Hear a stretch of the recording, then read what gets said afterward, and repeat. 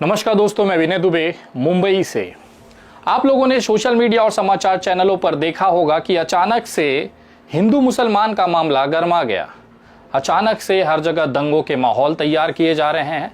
अचानक से स्कूलों में जो हिंदूवादी टीचर हैं उनके अंदर का हिंदुत्व जाग गया। वो मुसलमान बच्चों को टारगेट कर कर उनको अपमानित करना, यहाँ तक कि छोटे छोटे बच्चों से अपने ही क्लास के अंदर पिटवाने जैसी वीडियो भी आपके आंखों के सामने आपके मोबाइल पर से गुजरी होगी। लेकिन क्या आपने सोचा है कि अचानक से ये सारे मामले सोशल मीडिया पर और अचानक से समाचार की सुर्खियां कैसे बनने लगे हैं? अभी तो कुछ भी नहीं है। मैं आगे जो आपको रहस्य उद्घाटन करने जा रहा हूं, वो सोचने के बाद, वो देखने के बाद आपके पैरों तले की जमीन खिसक जाएगी कि आखिर केवल एक चुनाव जीतने के लिए एक सत्ताधारी पार्टी किस तरह से कितना नीचे गिर सकती है, जो अपने ही देश के अपने नागरिकों की हत्या करवाने से भी परहेज नहीं करती है। आज के वीडियो में मैं सबसे बड़ा खुलासा करने जा रहा हूं कि 2024 की जो चुनावी लोकसभा की पृष्ठभूमि है वो आखिर कैसी है। दरअसल लोकसभा चुनाव 2024 कभी भी हो सकता है। ये बातें मैं इसलिए कह रहा हूं क्योंकि लगातार सत्ता पक्ष यानी कि भारतीय जनता पार्टी इसकी तैयारियों में लगी हुई है। वो अचानक से चुनाव की घोषणा कर कर विपक्ष को सरप्राइज करना चाहती है। वो ये चाहती है कि हम तुरंत से चुनाव करा लें और विपक्ष को मौका भी न मिले ताकि वो अपनी तैयारी के साथ चुनाव के मैदान में उतर सके। एक तरफ राहुल गांधी जो कि कांग्रेस के सबसे बड़े चेहरे के तौर पर और यहां तक कि एक मजबूत चेहरे के तौर पर उभरे हैं, लेकिन उसके बावजूद भी वो माहौल तैयार नहीं कर पा रहे हैं जो देश के अंदर भारतीय जनता पार्टी के प्रधानमंत्री चेहरे यानी कि नरेंद्र मोदी के सामने टक्कर दे सके। क्या विपक्ष की तैयारियां मजबूत है लोकसभा चुनाव लड़ने के लिए?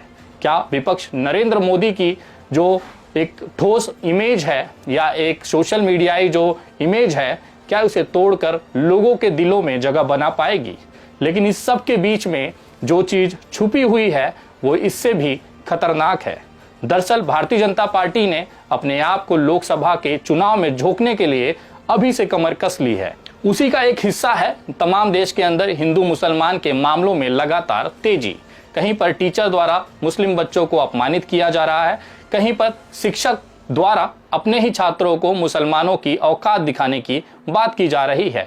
इससे भी मन नहीं भरा तो विश्व हिंदू परिषद, बजरंग दल और तमाम हिंदूवादी संगठनों को आगे कर कर कहीं ना कहीं दंगे कराने की कोशिश की जा रही है। मैं अब वो खुलासा करने जा रहा हूं जिसको जानना आप तमाम लोगों के लिए बेहद जरूरी है।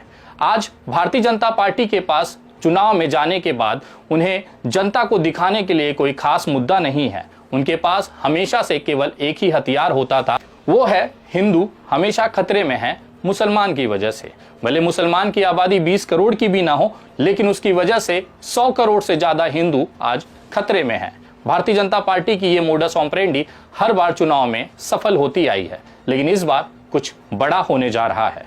आप जानते ही हैं, देश के अंदर राम मंदिर का मुद्दा सबसे अहम मुद्दा था, लोगों के आस्था का विषय था। बाबरी मस्जिद और राम मंदिर अयोध्या का जो मसला है वो लगातार अदालत ने उसे निपटा दिया है, लेकिन भारतीय जनता पार्टी अभी भी नहीं चाहती कि इस मामले को निपटा दिया जाए, क्योंकि 2024 नरेंद्र मोदी जी का तीसरा लोकसभा चुनाव है और वो चाहती है कि इस बार 350 से ज्यादा सीटें वो जीतकर एक इतिहास नरेंद्र मोदी जी के नाम पर दर्ज कर सके।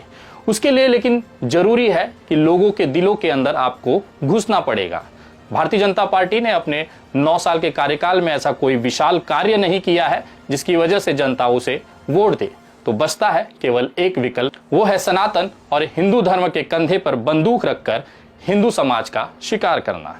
दरअसल ये शिकार मुसलमानों का नहीं, भारतीय जनता पार्टी हमेशा से हिंदुओं का ही करते आई है। आगे कुछ मिनटों में मैं आपको समझाने की कोशिश करूंगा कि आखिर भारतीय जनता पार्टी की क्या तैयारियां हैं और किस तरह से वो इस देश के अंदर हिंदू मुसलमान के ऊपर सांप्रदायिक दंगे फैलाकर इस देश को अशांत करने की कोशिश करेगा। आप जानते हैं जनवरी 2024 में अयोध्या के श्री राम मंदिर का उद्घाटन है। ये उद्घाटन नरेंद्र मोदी जी के हाथों होना है, लेकिन उससे पहले भारतीय जनता पार्टी ने ये रोड मैप तैयार कर लिया है कि हमें अयोध्या के राम मंदिर उद्घाटन से पहले इस देश के अंदर पोलराइजेशन अपने चरम पर पहुंचाना है।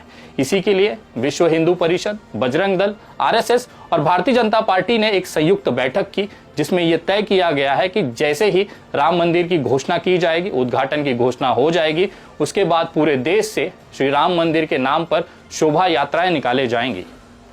जैसे कि श्री राम जन्मभूमि पर मंदिर बनाने को लेकर चंदे को लेकर एक मुहिम चलाई गई थी। लोग घर घर गए, लोगों से चंदे मांगे और उसी चंदे से आज भव्य श्री राम मंदिर बनाया जा रहा है। ऐसी ही एक शोभा यात्रा हर गली, हर रोड, हर मोहल्ले से भारतीय जनता पार्टी की निकालने की तैयारी है। दरअसल ये शोभा यात्रा का उद्देश्य तो बहुत पवित्र है कि प्रभु श्री राम के लिए अपनी तरफ से एक मुट्ठी चावल या कुछ दान या फिर उस पर सम्मिलित होने के लिए या अयोध्या चलने के लिए आपसे आग्रह किया जाएगा। लेकिन इस रैली, इस महारैली, इस शोभा यात्रा की आड़ में भारतीय जनता पार्टी दंगे कराने की कोशिश कर सकती है। दरअसल ये वो मामला है जो अभी तक छुपा हुआ है। जैसे ही शोभा यात्रा निकाली जाएंगी, जगह जगह पर विश्व हिंदू परिषद, बजरंग दल, आरएसएस और भारतीय जनता पार्टी के कार्यकर्ता ही इन शोभा यात्राओं पर हमला करेंगे। ये मैं इसलिए दावे से कह सकता हूं क्योंकि आज तक का जो इतिहास रहा है उसमें जितने भी भारतीय जनता पार्टी के या इस तरह के हिंदूवादी संगठनों की शोभा यात्राएं निकली हैं, उस पर हमला करने वाले अधिकतर बीजेपी, आरएसएस या बजरंग दल से ही जुड़े लोग पाए गए हैं। कभी भी मुस्लिम समुदाय के लोग, इनकी संख्या जो है वो बेहद ही कम है। लेकिन इसके बावजूद भारतीय जनता पार्टी इन शोभा यात्राओं पर हमला दिखाकर ये बताने की कोशिश करेगा कि मुसलमान देश में हिंदूवादी संगठनों को, हिंदूवादी विचारधारा को कुचलने का कोई भी मौका नहीं छोड़ना चाहती है। मुसलमानों को कटघरे में खड़ा कर इस देश के अंदर हिंदू और मुसलमान के बड़े दंगों में झोंकने का काम भारतीय जनता पार्टी चुनाव से ठीक पहले श्री राम जन्मभूमि के उद्घाटन की शोभा यात्रा के नाम पर करने जा रही है। आपको अगर नहीं आइडिया होगा या अगर आपका कोई मित्र या कोई साथी बजरंग दल, विश्व हिंदू परिषद, आरएसएस या भारतीय जनता पार्टी में होगा तो उससे जरा पूछिएगा, क्या अक्टूबर से लेकर जनवरी तक देश के अंदर तमाम जगहों पर, छोटे छोटे जिलों से लेकर छोटे छोटे कस्बों या गांवों तक शोभा यात्रा निकालने के आदेश भारतीय जनता पार्टी, विश्व हिंदू परिषद, बजरंग दल, आरएसएस के लोगों को नहीं मिला है? क्या वो इसकी तैयारी में नहीं लगे हुए हैं? एक मेवात और नूह में हुए दंगे तो बहुत छोटा सा उदाहरण है। इस देश के अंदर सोचिए उस समय क्या होगा जब पूरे देश के अंदर ये तमाम संगठन सड़कों पर शोभा यात्रा के नाम पर निकलेंगे, मस्जिदों के बाहर जाकर मुजरा करेंगे, दूसरे समुदाय को भड़काने की कोशिश करेंगे।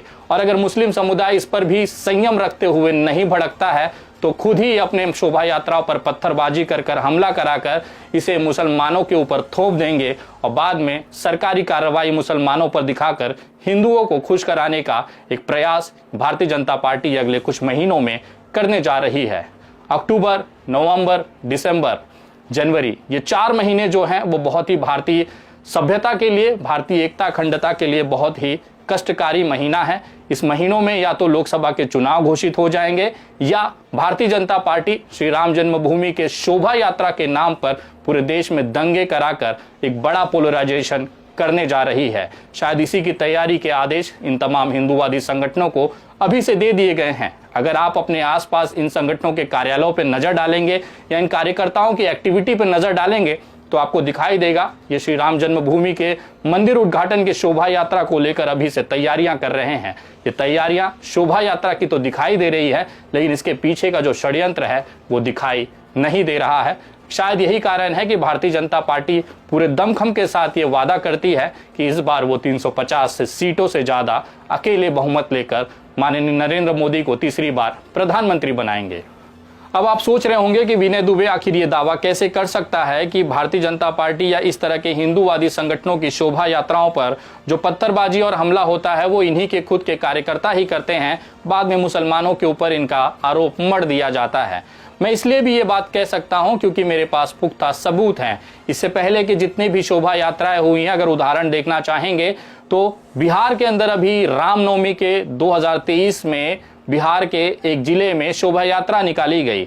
मस्जिद के बाहर से ये शोभा यात्रा गुजरी थी और उसके ऊपर पथराव हो जाता है। बाद में वहां पर दंगे के हालात हो जाते हैं, मस्जिदियां जलाई जाती हैं, वहां पर बहुत सारे मदरसों को आग लगा दिया जाता है। उसके बाद जब पुलिस इसकी जांच करती है तो इसका जो मुख्य षड्यंत्रकारी आरोपी जो मिलता है वो बजरंग दल का संयोजक चंदन कुमार मिलता है।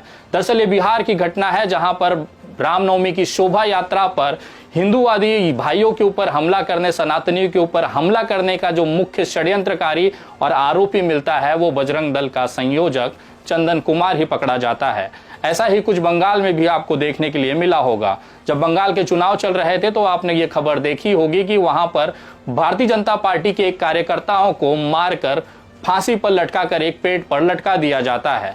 जब बंगाल पुलिस की इसकी जांच करती है तो पता चलता है कि भारतीय जनता पार्टी के इस कार्यकर्ता की हत्या भारतीय जनता पार्टी का ही वहां का मंडल उपाध्यक्ष करता है और अपने पार्टी को पोलराइजेशन करने के लिए और चुनाव में मदद के नाम पर अपने ही कार्यकर्ता की हत्या कर कर उसे पेड़ पर लटका देता है और उसका आरोप ममता बनर्जी की पार्टी टीएमसी पर डाल दिया जाता है ताकि हिंदूवादी लोगों की भावनाएं आहत हों, वो उनके अंदर का खून खौले और वो भारतीय जनता पार्टी को पूर्ण बहुमत के साथ बंगाल की सत्ता दें। सोचिए, जो पार्टी का कार्यकर्ता, जो संगठन अपने ही कार्यकर्ताओं की हत्या केवल वोट पाने के लिए कर सकता है, सोचिए पूरे देश में जब राम जन्मभूमि के अयोध्या मंदिर के उद्घाटन के नाम पर जब शोभा यात्राएं निकाली जाएंगी तो उसमें अगर आपके परिवार के कोई सदस्य, कोई लड़का अगर उस शोभा यात्रा की एक उसमें शामिल होता है और उसके साथ कुछ अनहोनी घटना हो जाती है तो आप इसका जिम्मेदार केवल मुसलमान को ही मानेंगे। दरअसल मुसलमान आज जानता है अपनी स्थिति कैसी है। दरअसल मुसलमान को ये पता है कि भारतीय जनता पार्टी के शासन में अगर वो छींक भी दे तो उसको जेल हो जाती है। सोचिए, ऐसे माहौल में भी वो मस्जिदों के बाहर से पत्थर मारना, हिंदू भाइयों के ऊपर हमला करना या उसकी हत्या करने का वो सोच भी कैसे सकते हैं। उस माहौल में जब हर एक छींक पर ही बुलडोजर चल जाता है और मुसलमानों के घर ध्वस्त कर दिए जाते हैं, ऐसे डर वाले माहौल में कोई मुसलमान कैसे हिम्मत कर सकता है कि हिंदुओं की शोभा यात्रा पर पत्थरबाजी हो जाए। दरअसल ये पत्थरबाजी होना, हिंदुओं की हत्या होना, शोभा यात्राओं पर पथराव होना, दरअसल ये भारतीय जनता पार्टी, उसके हिंदूवादी संगठनों का ही एक प्रयोग है जिसको केवल देश के हिंदुओं को खून खौलाने और एकत्रित करने के लिए इस्तेमाल किया जाता है। ये वो यज्ञ है जिसमें हमारे ही हिंदू भाइयों की आहुति दी जाती है ताकि पूर्ण बहुमत के साथ सत्ता हासिल करके भारतीय जनता पार्टी विश्व से एक बार नरेंद्र मोदी को विश्व गुरु के रूप में बिठाकर 350 का वो भव्य आंकड़ा हासिल कर सके। लेकिन जिसके घर के चिराग बुझे हैं वो इसकी तकलीफ को जानता है। ज़्यादा दिन नहीं, अभी 2 दिन पहले की ही एक घटना है जहां पर एक मोहित यादव नाम के बस कंडक्टर को केवल इसलिए ट्रेन के सामने कूदकर आत्महत्या करनी पड़ती है क्योंकि उसके ऊपर झूठे आरोप लगाए जाते हैं।